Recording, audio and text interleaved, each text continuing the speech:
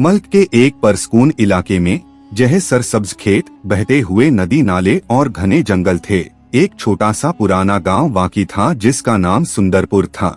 सुंदरपुर एक कहानी की किताब से निकला हुआ सा गांव लगता था। यहाँ के मकान मिट्टी और तनके से बने हुए थे और चिमनी से धुआं आहिस्ता आहिस्ता उठता रहता था। मुर्गियाँ आजादाना घूमती, गायें आराम से चरागाह में घास खाती और सुबह के वक्त गांव की घंटी सबको नमाज के लिए बुलाती। यहाँ की जिंदगी बहुत सादा थी और लोग फितरत के साथ हम आहंग रहते थे। हर शख्स दूसरे को जानता था और हर त्योहार या खुशी के मौके पर सब एक साथ जश्न मनाते। इन सब के बीच एक किसान रहता था जिसका नाम रामू था। वह एक सादा जिंदगी गुजारने वाला आदमी था जिसके पास सिर्फ एक छोटा सा खेत था जो उसके खानदान के लिए काफी था। मगर रामू की सबसे बड़ी दौलत उसकी दीदारी, मेहनत और मेहरबानी थी।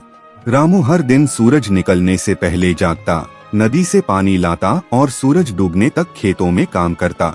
उसके हाथ खुरदरे, कपड़े अक्सर मिट्टी से भरे और जूते पुराने थे, मगर वह कभी शिकायत नहीं करता था।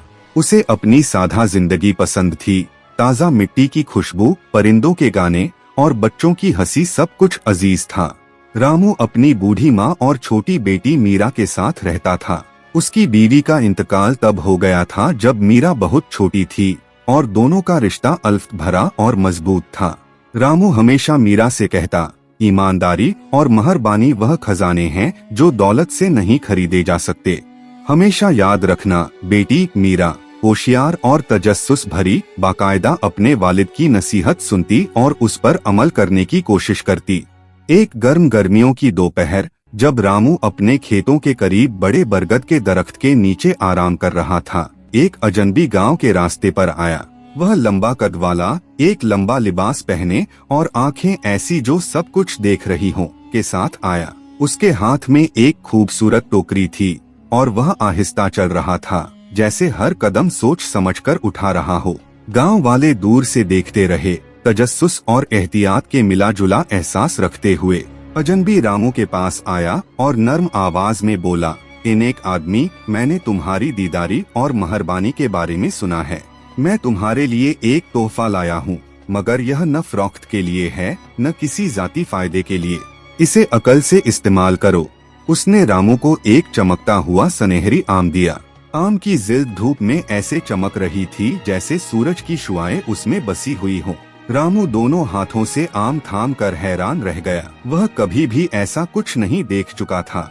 शुक्रिया साहब, रामू अज्जी से बोला, मैं इसकी कदर करूँगा। अजनबी ने सर हिलाया और खामोशी से चला गया, वैसे ही गायब हो गया जैसे आया था। रामू घर वापस आया और उसके ज़हन में सोचों का तूफान उठा। उसने सुनहरी आम को अपनी छोटी सी किचन टेबल पर रख दिया। मीरा कमरे में दौड़ती आई और हैरानी से पुकार उठी, अब्बा देखो, यह तो चमक रहा है। हाँ मीरा, रामू मुस्कुराते हुए बोला, यह खास है और हमें इसका ख्याल रखना होगा। दिन गुजरते गए और रामू और मीरा ने आम का मुआशरा किया। यह खराब नहीं होता, रंग नहीं बदलता और हर दिन ज्यादा चमकता लगता। गांव में सुनहरी आम की खबर तेजी से फैल गई। लोग इसे देखने आए, हैरत और तजस्सुस के साथ सर हिला रहे थे। एक दिन रामू का हमसाया काला, जो अपनी लालच के लिए मशहूर था, आया। जब उसने सुनहरी आम देखा तो उसकी आंखें खुली की खुली रह गईं। रामू, यह आम दौलत की खजाना है, मुझे बेच दो, मैं तुम्हें इतने सिक्के दूंगा कि तुम सारी जमीन खरीद सको। काला बोलने लगा, हाथ मलते हुए। रामू ने नरमी से सर हिलाया, नहीं काला, यह एक तोहफा है और तोहफे को खुद गर्ज फायदे के लिए नहीं इस्तेमाल किया जा सकता। मैं इसे नहीं बेच सकता। काला गुस्से में मुड़कर चला गया और रात के अंधेरे में आम चोरी करने के मंसूबे बनाने लगा, मगर हर कोशिश नाकाम हुई। रामू ने आम को सुरक्षित रखा और गांव की मदद जारी रखी। एक सुबह एक गरीब औरत रामू के घर आई। उसका बच्चा बीमार था और उनके पास खाने को कुछ नहीं था। रामू ने फौरन सुनहरी आम का एक छोटा टुकड़ा काटा और उसे दिया। बच्चा जल्दी स्वस्थ होने लगा और औरत खुशी के आंसू बहाने लगी। जल्द ही और लोग भी अपनी जरूरत के साथ आए। एक भूखी फैमिली, एक बूढ़ा आदमी जिसकी आंखें कमजोर थीं और बीमार बच्चे। हर बार रामू ने आम के छोटे हिस्से सबके साथ बांटे और हर बार आम जादुई तौर पर अपनी पूरी शक्ल में वापस आ गया। गांव वाले हैरान रह गए।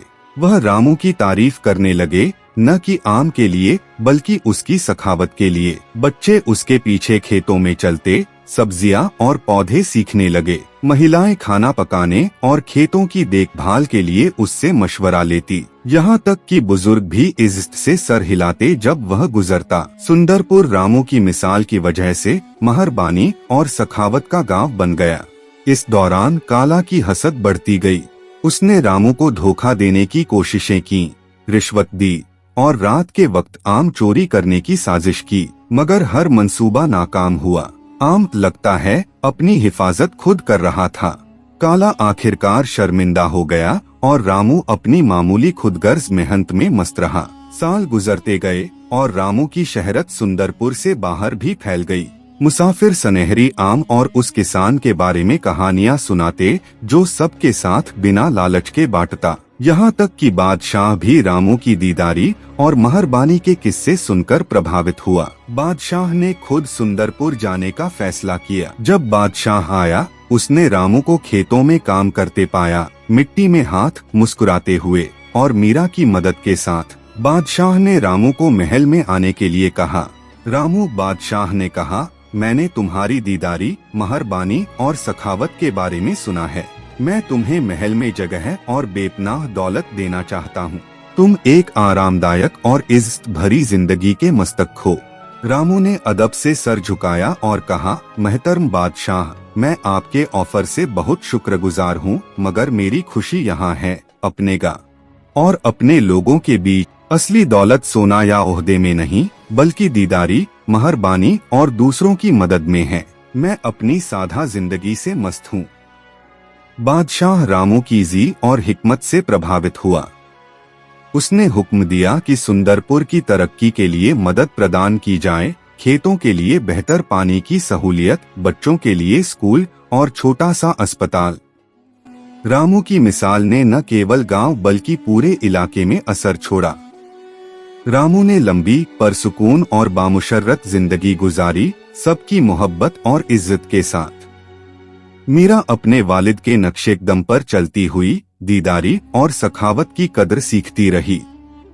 रामू के इंतकाल के बाद भी गांव वाले उसके उसूलों को जिंदा रखते, सनहरी आम और उस किसान की कहानी सुनाते जो कभी लालच के शिकार न हुआ। नस्लों बाद भी सुंदरपुर को एक ऐसा गांव याद रखा जाता था जहाँ दीदारी, मेहरबानी और कम्युनिटी की अहमियत सबसे ज्यादा थी। रामू की जिंदगी का सबक साधा मगर गहरा था। असली दौलत दौलत में नहीं, बल्कि सखावत, दीदारी और दूसरों के साथ मोहब्बत में है।